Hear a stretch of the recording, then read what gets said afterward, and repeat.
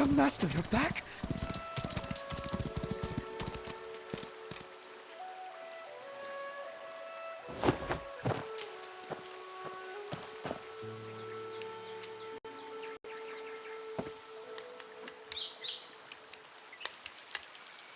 Miss Han, more wine! What about my food, Miss Han? Is it ready? What is with this, Miss Han? It's madam to you. Get me this, get me that. Go to the kitchen and get it yourselves. This year's Drunken Immortal month just only started, and the madam's already fuming. That boy of yours has got you mad again, hasn't he? Well, speak of the devil. My, would you look at who the wind finally blew back home. Let's calm down first, Aunt Han. Being angry will give you wrinkles. I know. I should have come back earlier. But it really wasn't my fault. I was ambushed by a bandit in black at Uncle Jiang's hut. And I... A bandit in black? Are you hurt? No, I wasn't hurt. It was just that the bandit was skilled, and my pendant was stolen. His swordplay was fierce and swift, always shifting and changing. He was like a raging storm. He brought down an entire bamboo grove. If only I could go to the jungle and learn martial arts. I'd be able to take him for sure. Jianghu. All you ever talk about is the Jianghu. Yammering about it for a decade. You trying to drive me crazy? Aunt Han, why won't you let me go to the jungle? Not a word from Uncle Jiang. Doesn't that worry you? Whoever took the pendant might be connected to him. He even left a mark on the cabin. Kind of like a flaming lung pattern. And what of it? After all, you are certainly not leaving Heaven's Pier. There are a lot of strangers in town lately. Do not stir up trouble. Hey, madam! Bring the wine, eh? Are you just going to stand there? Go bring those tables their wine.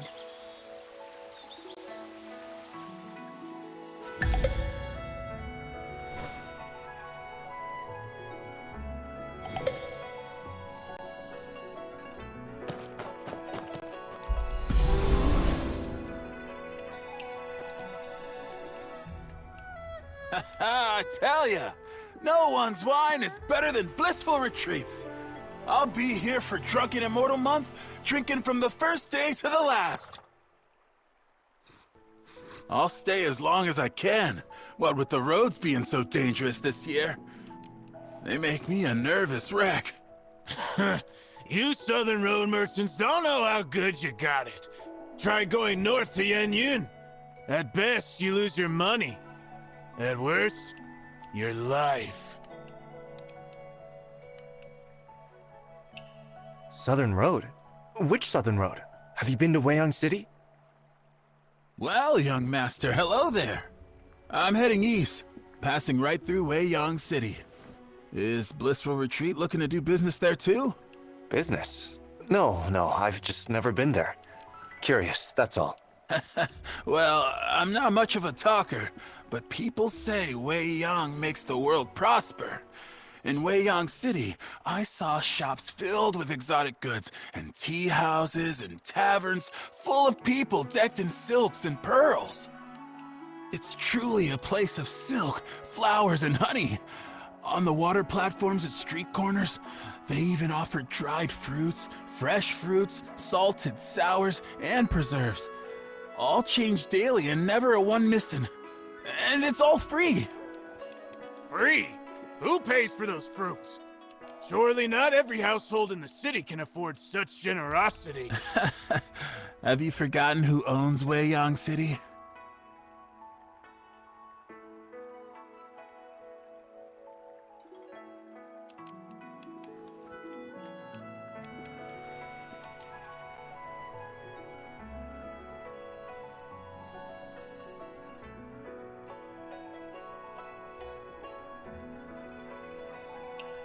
Ah, you mean Master Wen? Exactly. Master One. His Weiyang City stands on water. Decorated doors, gates, towers, and pavilions, all rising from vast waves. Blue skies and distant waters as far as the eye can see. Such is the majesty of the foremost of the four. Since when did the four get ranked? Merchant fools only smell money. I don't care what the Zhanghu says. That's how we see it. Last year at Weiyang City's water festival, a woman stole a golden cup from Master One's banquet and wouldn't let go. She told Master One she sneaked out to see the Ember of East. Now that she had, she needed proof or her husband would beat her. And guess what happened? No need to guess. Just tell us. Master One had all the golden cups from the banquet thrown into the water for people to take. The water sparkled with floating gold. Real gold. All of it. Such a generous and righteous man. Of course he's the foremost of the four. Ah, if only I'd been there. I'd have a family treasure by now. If Weiyang City is so wonderful, why are you here in Heaven's Pier? Well, some are born to live there, others to run merchant routes. What can you do? Heaven's Pier is nice too. Not many places left where you can live in peace. So, young master, sell me 100 jars of parting tears today. And next year, I guarantee you can open a second inn in Weiyang City. You'd have to take that up with Aunt Han. For now, you all enjoy our drinks.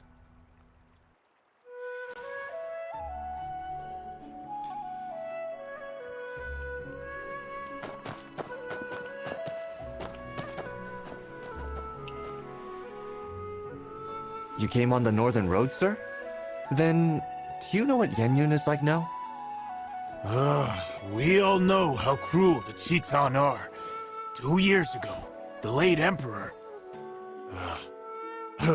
his march to the north. I saw those troops by the Yellow River. So strong, so fierce. Who knew the commander would die, leaving the army with a bunch of fools? Good thing the Northern Vow kept Wang Qing's spirit and fought to the death, or none of us would be here. The march to the north? Ha! 2 years ago, the people of Yan'an sent all the supplies they had to the battlefield. And, well, for decades, it's been one war after another on account of this dynasty or that official. Yan'an's drained dry.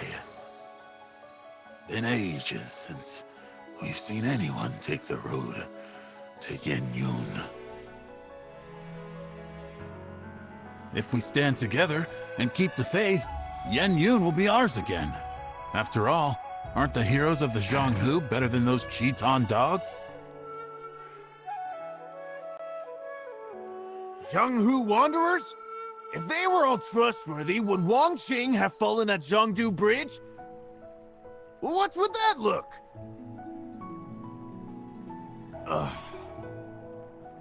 Fine. I'll shut up. 16 years. Even the bones are dust now. True. Just as there are traitors in government, so are there villains in the Zhonghu. I mean, you don't avoid the north just because of southern wealth, right? With the 12 there, and then Killer Blade, who dare trade that way these past dozen years?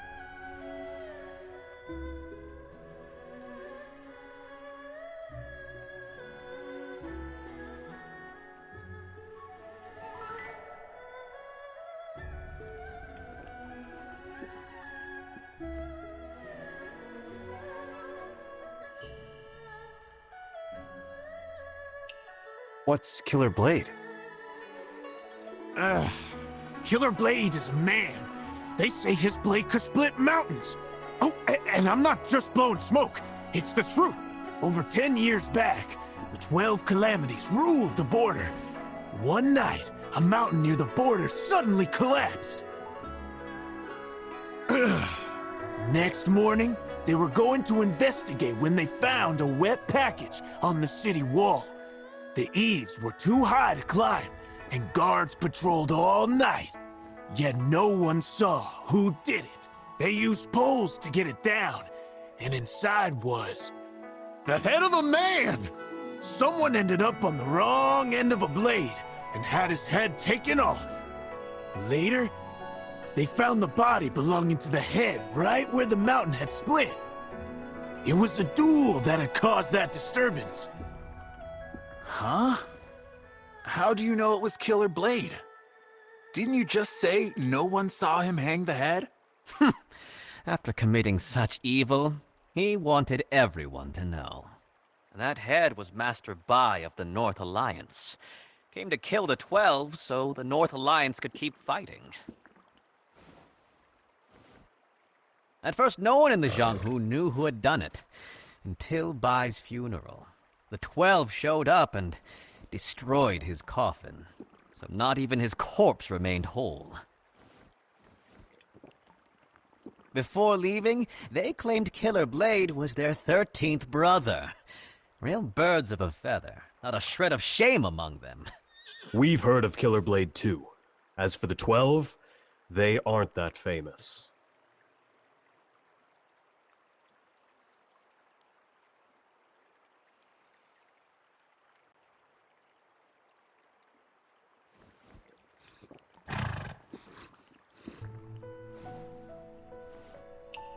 Were they in league together? The 12 Calamities is old news. That's why you don't know. 12 people, all related, who just killed, robbed, and kidnapped. Killer Blade has his temper. Cross him, and you're dead. But he keeps his word. His parents died keeping a promise. So, you see, it's his family code. Well, that's why, after getting involved with the 12 Calamities, he was always bending over backward. The 12 weren't happy about this. They wanted to part ways, but feared his temper.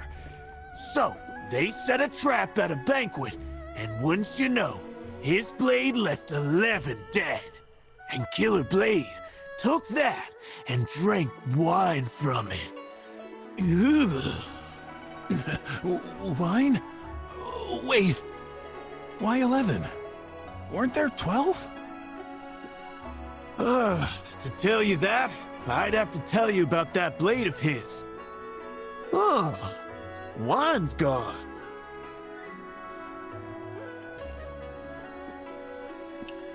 Here, this runs on me, sir. Oh, so you're interested too, young master. Then I'll go on.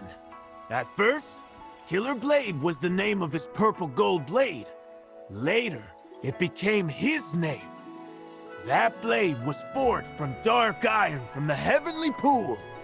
And that dark iron, it was a gift from Zhang Wangchou, the first of the 12 Calamities. Hey, I'm not making this up. Just ask anyone at the border. Because of that, he swore never to use the blade on Zhang Wangchou. He probably never guessed that years later, when fighting Zhang for his life, he'd have to drop his blade and use his bare fists. So Zhong had the advantage, 11 helpers, and Killer Blade's promise not to use his blade, and he still lost? Killer Blade must be some fighter. Nonsense, he's just lucky. Without Well of Heaven Sect's meddling, he'd be dead and gone by now. But luck can change. If a man doesn't value his life or try to do good, he tends to make enemies. Then Killer Blade can become the Killed Blade in no time.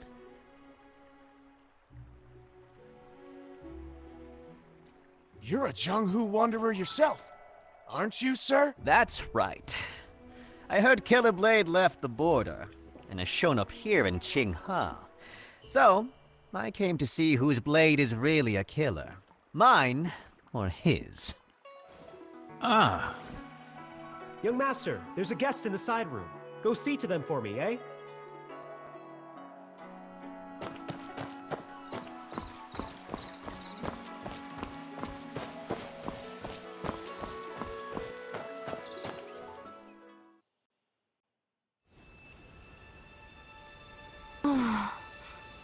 Not words of love nor wine's relief can stay the sting of parting's grief. So this is parting tears?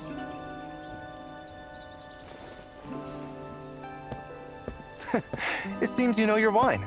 If you drink the parting tears of Heaven's Pier, it brings to mind the one you missed most in this life. Huh?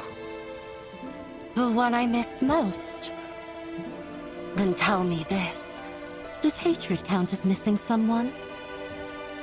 Well, missing someone means you're thinking about them, and love and hate both fit that bill, right? How interesting. If I can't taste wine this good again next year, that'd be a real shame.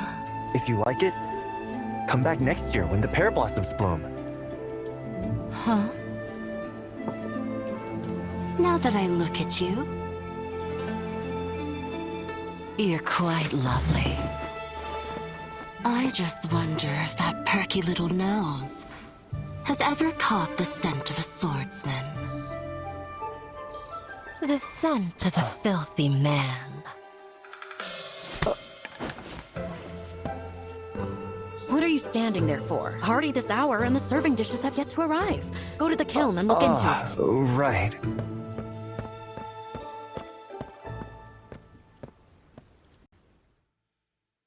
Madam, your face seems familiar. Have we met before? Consider it a reunion of old friends. Share a drink with me, won't you? I heard this place is called Blissful Retreat.